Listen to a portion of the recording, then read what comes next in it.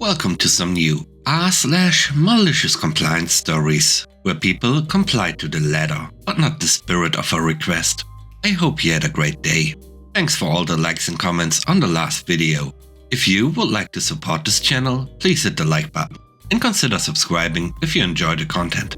And now, let's start with the first story. It's called Hair Color. This is from over 20 years ago. My family owns a costume store, and as a teenager, I, of course, helped run it. Now, having grown up with this place, I actually knew way more about makeup than anyone my age. It's a Friday afternoon in October. People are coming through and getting their Halloween costumes and makeup. I'm answering the phone and running around helping people find things after getting out of school. When in walks, well, picture a dried up old barfly of a woman with way too much plastic surgery and the most bleached platinum blonde hair you can imagine carrying an expensive purse. I'm sure the image you have in your head is kinder than what she actually looked like, but we'll have to work with what we've got. So she's picking out her stuff and asks if we have colored hairspray.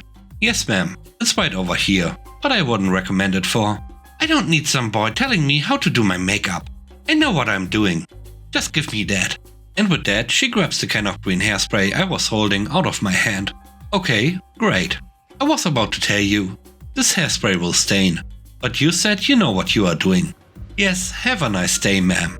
Fast forward to the evening of the following Monday, and here comes the platinum blonde. Only now her hair is absolutely freaking mint green. She launches into an absolute hissy fit over how she had washed her hair 3 whole times and it still wasn't coming out. She points me out, saying how I am responsible for all this. I mentioned this was a family business, right? The manager she was screaming at was my mother, who also happened to have been up front running the register the previous Friday and had heard the entire exchange. Well ma'am, as my son tried to tell you on Friday, this brand of colored hairspray is known to cause stains if your hair is damaged or over-treated. You said you were aware of how it worked and to just let you have it. So we did. See folks, normally hair that is healthy has these little flaps that lay down. It's why hair is slick if you run a finger down it one way, but rougher if you run it up the other way. If you bleach your hair and treat it badly, those little flaps curl up, meaning any kind of dye you put on them absolutely sinks in and will not come back out. Normal permanent hair dye has nothing on what happens when you try to put what is basically colored varnish in messed up hair. And her hair was bleached white, not silver, but sheet of notebook paper white. The next story is called Door Compliance. I work for a small moving company in my city. We move furniture and decor to many different places throughout the city.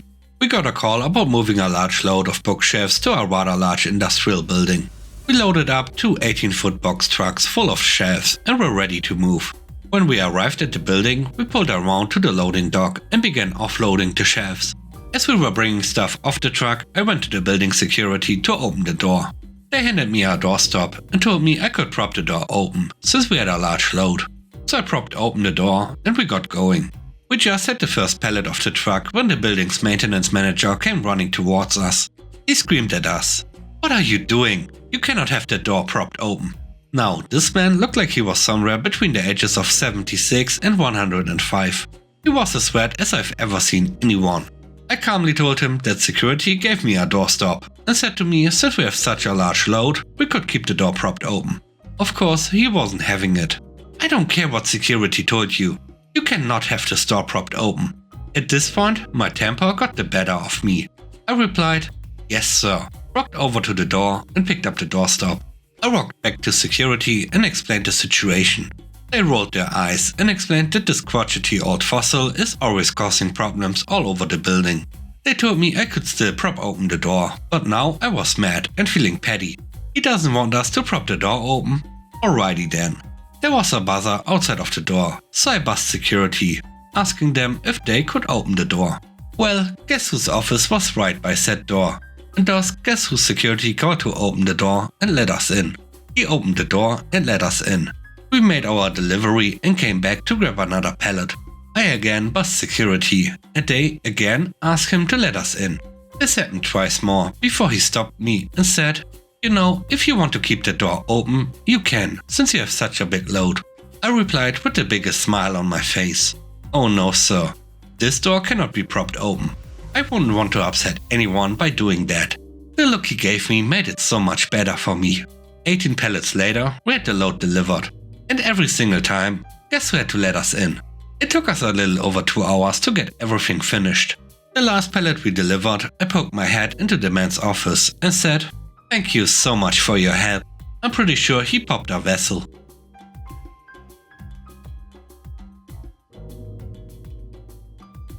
The third story is called "We'll Take Care of It." I worked at this custom fabrication shop for a few years. It was a fun place to work, lots of different projects. I did the engineering and drafting. Shortly after I started, one of the guys I worked with got promoted to be my boss. He was great to work with and for. Upper management had no idea how long things took, and he kept them in check when they tried to overpromise on what we could do. Well, 2020 hit, and they let go of all of the middle management, so my boss went bye-bye, as did most of my department team. Then they promoted the worst possible person to be the manager of my department. He worked in a lot of different departments and felt he was always right. To keep the doors open, upper management said yes to pretty much every job they could.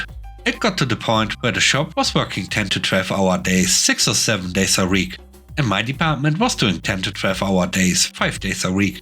They kept asking me to work Saturdays, but I have my kids, so I kept telling them I couldn't.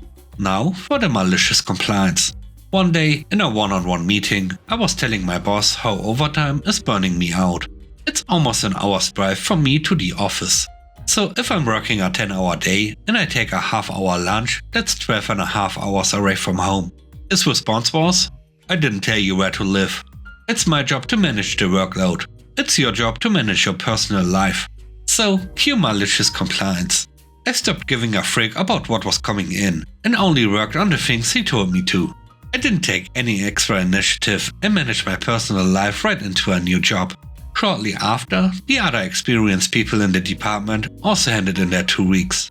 Last I heard, they lost some big contracts because they couldn't keep up with the workload.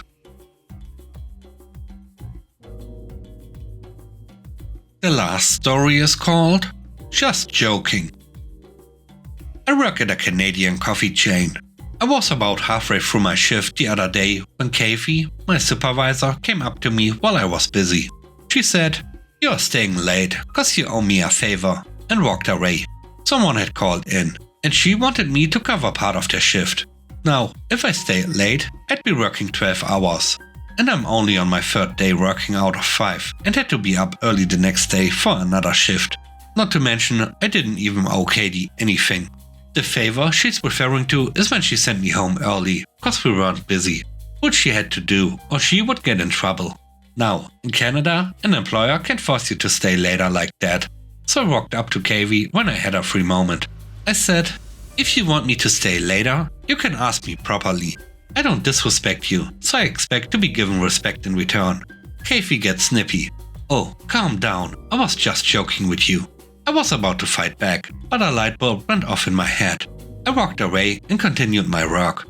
When the people for the next shift started showing up, I ran my plan past them, and they gave me the go-ahead. Cue malicious compliance.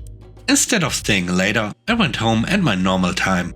I didn't stay later, as I hadn't agreed to anything. Nearly the second I sat down at home, I got a call from none other than Kathy. "Hello? Where are you? I said you were staying late today." "You said you were joking." "Yeah, with how I asked, but I figured you needed hours and weren't going to say no, so I assumed you'd stay." "I can't, I'm busy." "This is why you should have asked properly." She had to cover the shift. The worst part is, I probably would have considered covering it had she asked me nicely, but I'm just too petty for that.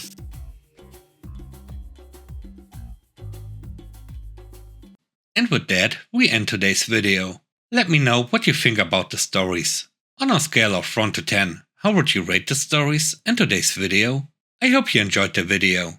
If you like what I do and want to support me, please subscribe and hit the like button. I hope you have a great day. Stay safe. Bye bye.